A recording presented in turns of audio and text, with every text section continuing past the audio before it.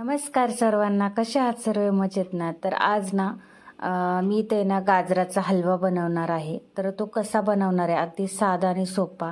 तोंडात टाकलं ना तर त्याची चव चव तुम्ही कधीच विसरणार नाही, असा हलवा बनवणार आहे. तर तुम्हाला त्याची मी रेसिपी सांगणार आहे, अगदी साधी सोपी आणि फक्त 15 ते 20 मिनिटात हा हलवा होतो. तर इथं पाहू शकता मी 1 किलो गाजर घेतलेली आहे. पाहू शकता. आता ही गाजर जे आहेत ते आपण स्वच्छ धुवून घेऊया आणि नंतर आपल्याला याचा स्वच्छ पुसून मग किसून घ्यायचे आहे. तर आपल्याला याचा गाजराचा हलवा बनवायचा आहे. तर इथं आहे ना, पाहू शकता मी ना धुवून घेतले आणि त्याच्यावरचं जे आहेत ना ते असतात केसासारखं, ते सगळं काढून घेतले गजरावरचं. तर इथं पाहू शकता हे पुढचं आणि पाठचं कापून घेतले आणि इथं पाहू शकता मी बेसिंगमध्ये सगळं त्याचं काढून घेतले हे सगळं. तर असं हे केलेलं आहे. आणि आता इथं मला ना मेथीची भाजी पण करायची, तर ती धुवून ठेवली. तर आता याला मी किसून घेणार आहे. तर आता इथं हिवाळा चालू झाला की पहिला गोड पदार्थ कोणता, तर तो म्हणजे गाजरचा हलवा. तर इथे ना मी म्हटलं खूप दिवसातून, म्हणजे थंडी चालू झाल्यापासून, गाजर आल्यापासून म्हटलं चला आज आज बनवू, उद्या बनवू. तर मग फायनली मार्केटला गेले होते तेव्हा मी 1 किलो ना गाजर घेऊन आले. की स्वस्त झाले ना तर लोक खूप, म्हणजे आम्ही तर खूपच खाते. कारण का बोलतात ना, थंडीत आहे ना गाजर किंवा असं कोणतेही पालेभाज्या वगैरे खाल्लं ना तर आपल्या शरीरासाठी खूप चांगलं असतं.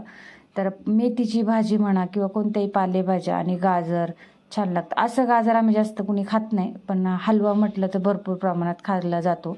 तर इथं ना मी टी व्ही बघता बघता आहे ना गाजर जे होते ते स्वच्छ असे पाण्याने धुवून वगैरे घेऊन स्वच्छ त्याच्यावरची साल वगैरे काढून आणि मग ती किसत बसले होते. म्हटलं टी व्ही बघता बघता दोन्ही कामं होऊन जाईल, कारण का असं करत बसल्यानंतर कंटाळा येतो एकटीला घरामध्ये म्हणून. तर इथं मी 2-3च गाजर राहिले होते. तर 1 किलो गाजर आणले होते. तर 1 किलोचा गाजराचा हलवा किती होतं ते तुम्हाला मी दाखवणार आहे. आणि अगदी ना तोंडात टाकताच आहे ना असला हलवा लागतो ना, जे आपण हॉटेलमधून खातो ना त्याच्यापेक्षा सुद्धा भारी लागतो. तर ते कसा बनवायचा आणि मी कसा बनवते माझ्या पद्धतीने ते तुम्हाला मी दाखवणार आहे. तर इथे आहे ना कार्यक्रम चालू होता. तर तो कार्यक्रम बघता बघताच माझं काम चालू होतं. तर तुम्ही पण असंच करता का? मी ना काय करते, कोणती कामं करायची असेल ना तर टी व्ही बघता बघता माझी कामं ना झटकेपट, जे अर्धा तास लागायचं ना ज्या कामाला, त्या कामाला मी 15 मिनिटात उरकून घेते. असं माझे कामं असतात. मग मी म्हटलं चला टी व्ही बघता बघता दोन्ही कामं झाली माझे मस्तपैकी. आणि बाकी माझा स्वयंपाक झाला होता, फक्त हलवा करायचा बाकी होता. म्हटलं चला आता बसला बसला हलवा म्हणजे कसं एकदा हे केलं ना तर मग इथे थोडीशी सांडलेलं जे होतं ते पण लादी पुसून घ्यायचे होते. म्हणून म्हटलं पहिला हलवा वगैरे करायला टाकला की होऊन जाईल. तर कोणाकोणाला आवडतं गाजरचा हलवा नक्की कमेंट्स करून सांगा. आणि सलाडमध्ये जास्त करून मी नाही खात, मला ते खूप हे असं म्हणजे हे होतं. काकडे वगैरे मी खातच असते, पण गाजरचा हलवा थंडीमध्ये खाल्ल्याने ना खरंच खूप भारी असतं. असं सुद्धा गाजर खाल्ल्याने खूप चांगलं असतं आपल्या डोळ्यांसाठी किंवा याच्यासाठी. तर चला आता आपण रेसिपी पाहूया. तर इथे सर्वप्रथम ना मी तूप घेतलं, जे की माझं गावरान तूप आहे घरचं, गावाकडून आई मला देत असते. तर हे तूप मी पहिल्यांदा आहे ना छान असं 2-3 चमचे टाकले मोठे. त्याच्यानंतर इथं बघा काजू बदाम वगैरे सुद्धा घेतले होते. एवढा हलवा माझे गाजर किसून झाले होते परात भरून 1 किलो गाजर. तर तो आहे ना तुपामध्येच पहिल्यांदा आहे ना गाजरचा हलवा जो आहे ना तो किस गाजराचा, तो छान असा पहिल्यांदा ना छान, म्हणजे त्याचा कलर चेंज होतपर्यंत आहे ना, कलर त्याचा बदलत नाही तोपर्यंत त्याला छान असं तुपामध्ये भाजून घ्यायचं. काय होतं माहिती आहे का, त्याने ना जे गाजराचा जो आतमधला जे पाणी असतं ना ते कमी झालं ना तर गाजराचा हलवा ना खूप खायला भारी लागतो. तर इथं पाहू शकता मी आहे ना 10 ते 15 मिनटात सारखं हलवत राहायचं त्याला.